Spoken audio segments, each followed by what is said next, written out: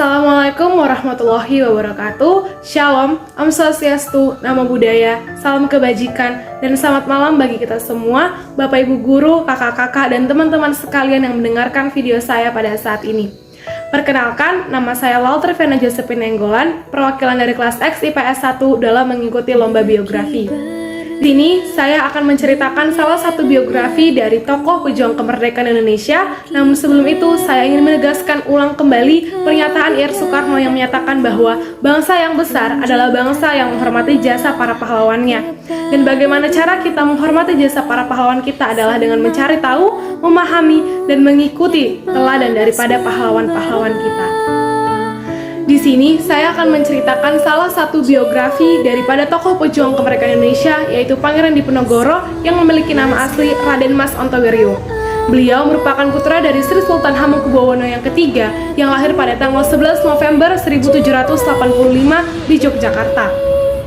Beliau dikenal luas sebagai pemimpin Perang Diponegoro atau Perang Jawa, yang merupakan salah satu perang terbesar yang pernah dialami oleh Belanda kala menjajahi Nusantara. Perang Jawa dimulai pada tahun 1825. Namun sebelum perang tersebut pecah, Pangeran Diponegoro sempat akan ditangkap. Pada hari Rabu, tanggal 20 Juli tahun 1825, sebelum perang pecah, pihak istana mengutus dua bupati keraton senior yang memimpin pasukan Jawa Belanda untuk menangkap Pangeran Diponegoro dan Mangkubomo di Tegalrejo. Pangeran dan sebagian pengikutnya berhasil selamat, meski kediaman beliau jatuh habis dibakar. Hal ini dikarenakan Pangeran Diponegoro lebih memahami medan di Tegalrejo. Beliau beserta keluarga dan pasukannya bergerak ke arah barat hingga desa Dekso di Kabupaten Kulon Progo. Kemudian, Pangeran Diponegoro meneruskan perjalanannya ke selatan hingga keesokan harinya ia tiba di Goa Selarong yang berada di 5 km arah barat kota Bantul.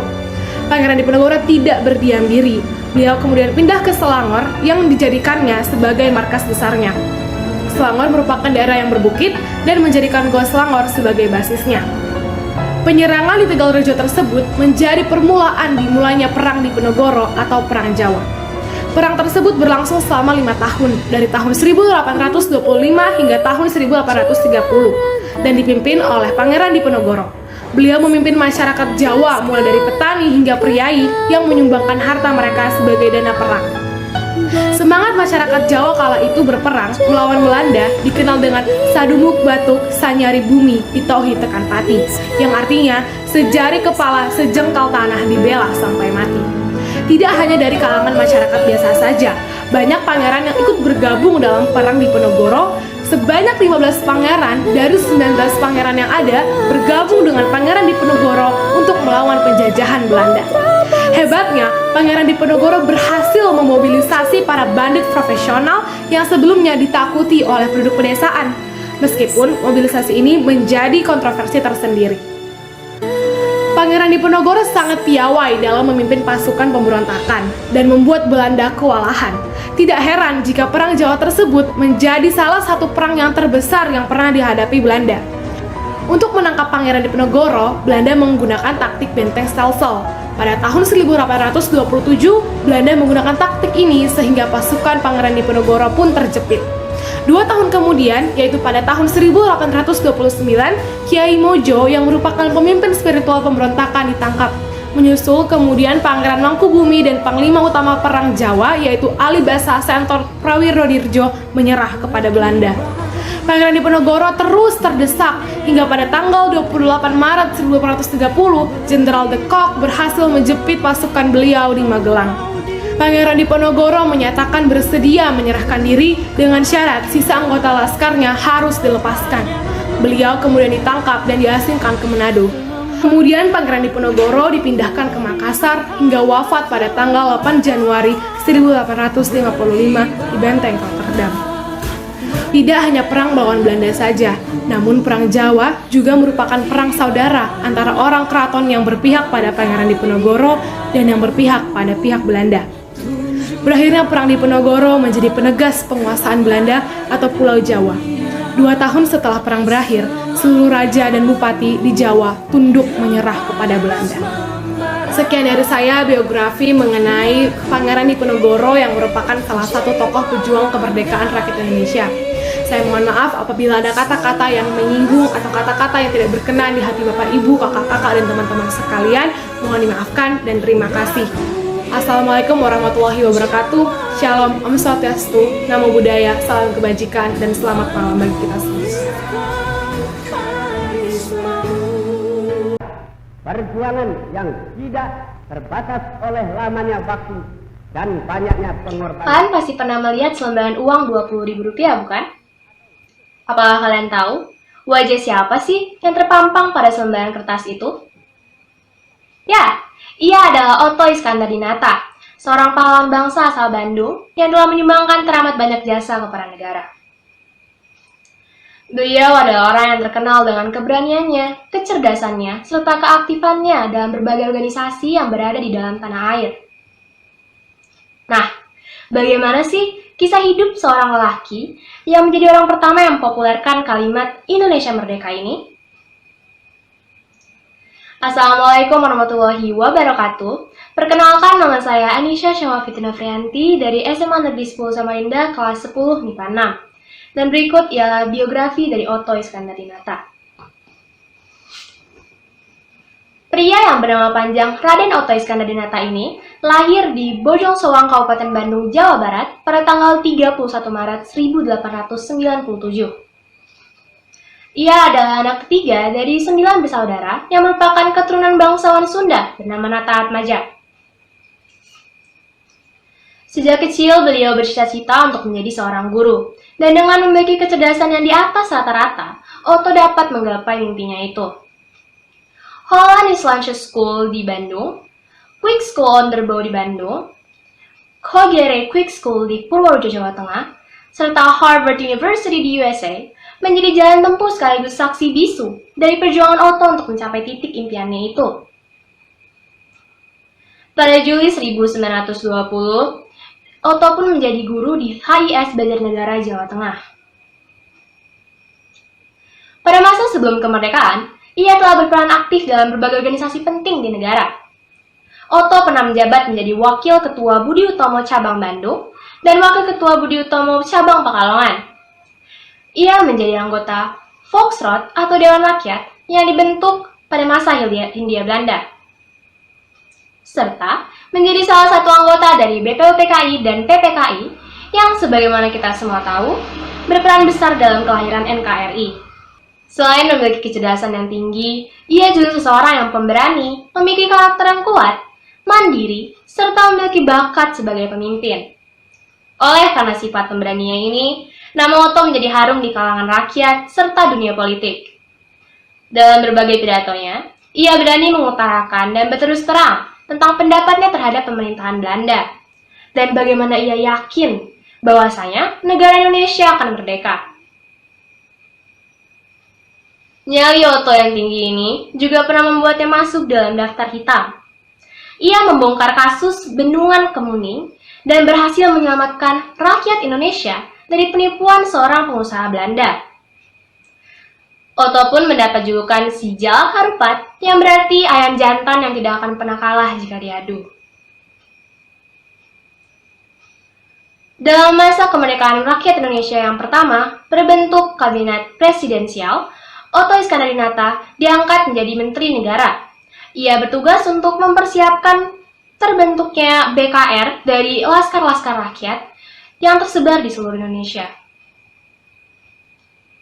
Tenaga serta kecerdasan Otto masih diperlukan dalam membangun negara yang baru berdiri itu. Tetapi naas, sang takdir mengendaki yang lain. Dalam periode tugasnya, terjadi ketidakpuasan pada salah satu laskar. Otto kemudian diculik sekelompok orang yang bernama Laskar Hitam dan diduga dibawa ke pantai Mauk di Banten dan dibunuh oleh orang-orang yang tidak bertanggung jawab pada tanggal 20 Desember 1945. Untuk mengenang jasa semasa hidupnya, beliau pun diangkat menjadi pahlawan nasional pada tanggal 6 November 1973. Namanya menjadi nama jalan di beberapa kota di Indonesia. Gambar sosoknya pun tercetak di salah satu mata uang yang kita miliki. Bahkan, didirikan monumen di Bandung yang bertujuan untuk mengabadikan perjuangannya. Demikianlah sekilas kisah hidup sang pahlawan yang namanya harum dari masa sebelum kemerdekaan hingga masa reformasi ini. Jika ada kesalahan atau kekurangan, mohon dimaafkan. Semoga bermanfaat dan dapat menginspirasi kita semua. Wassalamualaikum warahmatullahi wabarakatuh. Ladies and gentlemen, what is resilience? Resilience is the ability and tendency for someone to bounce back. The honorable judges and the respectable viewers at home. Ladies and gentlemen, I am Muhammad Garal Ariel Aska from XMIPA 8, and today I would like to present my speech titled Mari Dasar Resilience in the Spirit of Red and White. Ladies and gentlemen, as I already said earlier, resilience is the ability of someone to bounce back. Now, we as an Indonesian people are no strangers to the thing that is resilience, because our whole history has been about resilience. It's about how we bounced back from being invaded for almost 350 years, and how we achieved our freedom for 76 years. Now, ladies and gentlemen, what is freedom? Freedom is the ability, the right, the power for us to speak, act, think the way we want, as long as we follow the rules that apply. Now, ladies and gentlemen, if we put this definition with the Indonesia nowadays, does all of us qualify as being free? The people that beg for a living, are they free? The people that been stripped out from their school, are they free? The answer is no. In the 76th birthday of Indonesia, there have been many issues that have not been solved in our country. For example, first, the poverty rate. In Indonesia, there are still plenty of people that still in poverty. In fact, there are a total of 27 million people in Indonesia that are still in poverty. Now, we can help these people by giving them social assistance. Second, corruption. In Indonesia, there are still many people that achieve what they want through corruption. And we can solve this problem by the government giving them more severe penalties. And third, law gap. In Indonesia, there are still many people that believe that the law is more sharper downwards than upwards. And we can see this example by seeing the problem that our school has been facing, which is the forceful movement of the A campus. When our students are trying to voice their aspirations, the government seems like they do not care. So, what can we do? Well, we need to continue to voice our aspirations and spread awareness about this issue. Because we, as the student of SMA 10 Samarinda, should never give up in fighting for our school and our rights. Now, ladies and gentlemen, I know that our country has many issues that have not been resolved. But I personally believe that if we keep trying hard enough and working together, we will eventually bounce back and become stronger than ever. And welcome the golden age of Indonesia. Because as Mr. B.J. Habibie said, success does not belong to those who are smart. Success belongs to those who are always willing to try. Thank you for your attention to my speech. Good day.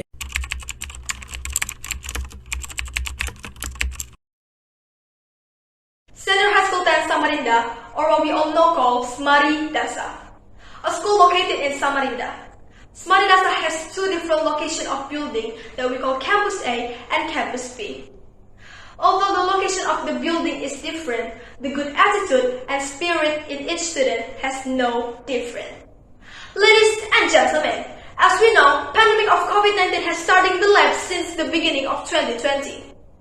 Since it hasn't over yet, we're beginning study online as the best alternative to stay connected to education.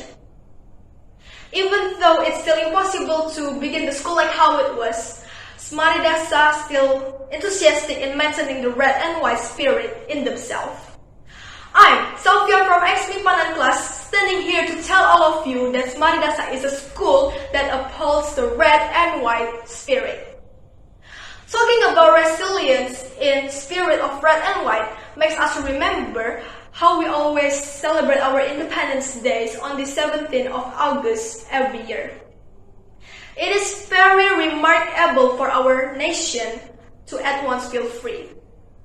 As we know that we are no longer living in colonialism for 76 years. We know that we should take over another fight for our country. So, what should we do then? I believe as a student, especially in Smaridasa, we can take a part in fulfill our independence era.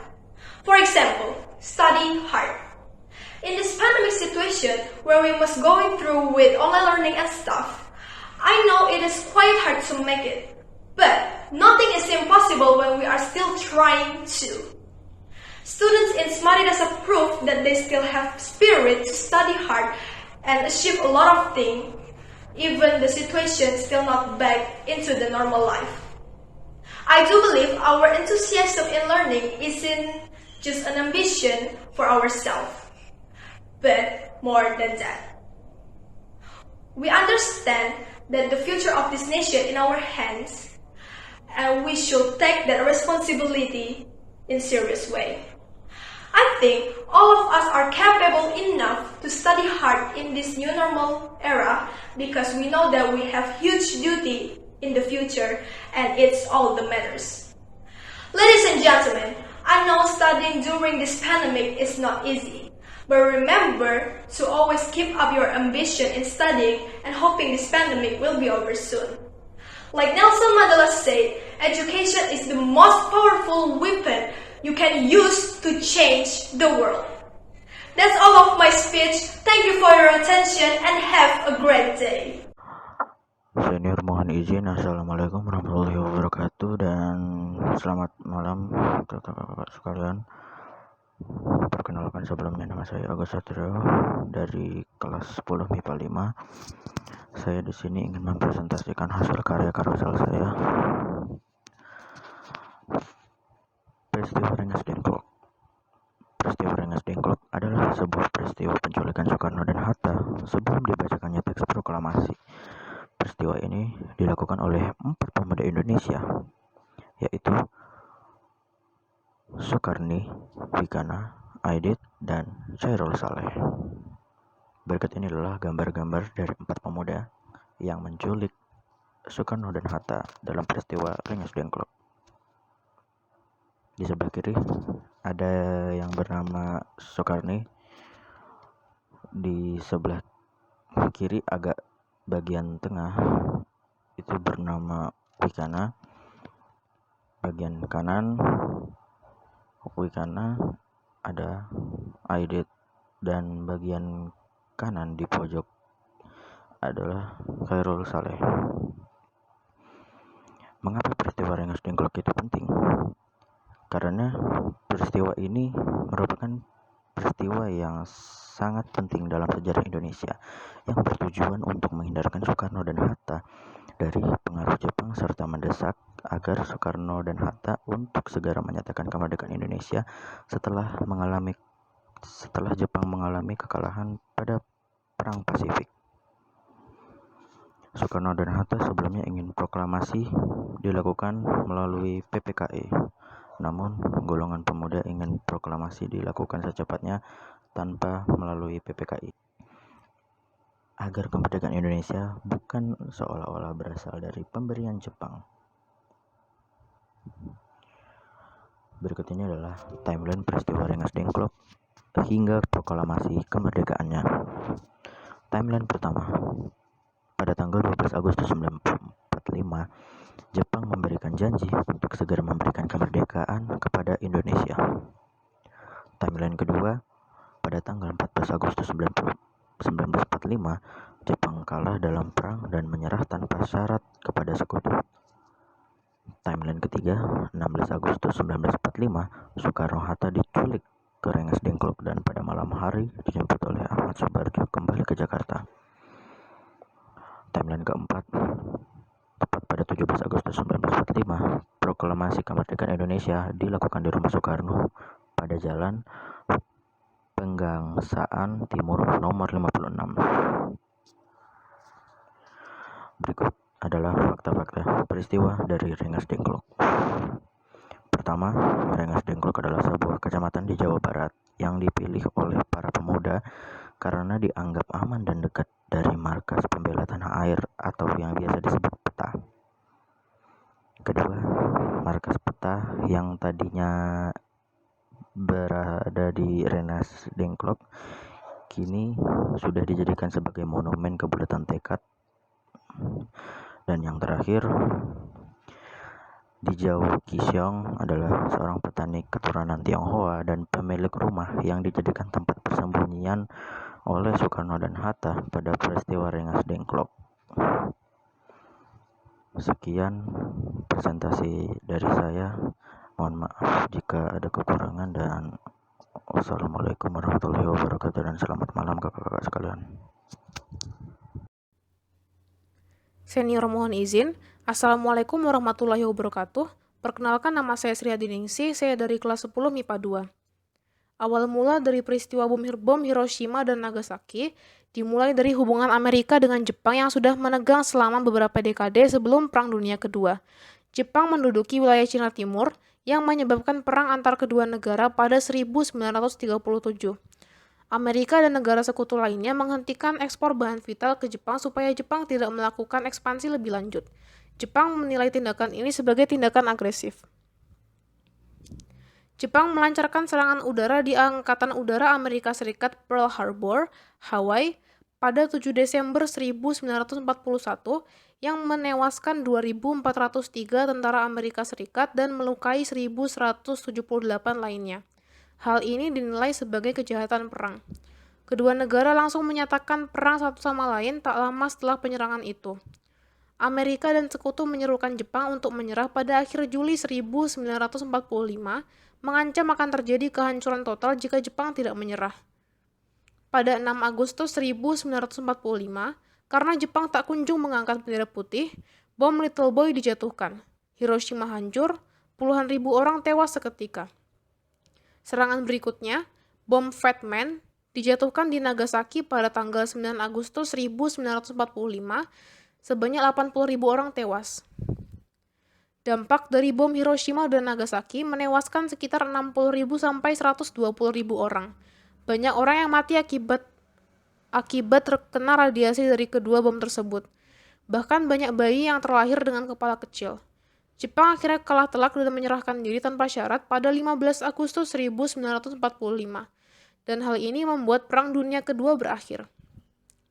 Kaitan peristiwa bom Hiroshima dan Nagasaki dengan Indonesia adalah Sultan Syahrir yang mendengar berita kekalahan Jepang langsung memberitahu semua golongan muda pro kemerdekaan untuk segera bertindak. Akhirnya, terjadilah kesepakatan untuk memproklamasikan kemerdekaan Indonesia pada tanggal 17 Agustus 1945. Sekian presentasi dari saya, kurang lebihnya saya mohon maaf. Wassalamualaikum warahmatullahi wabarakatuh.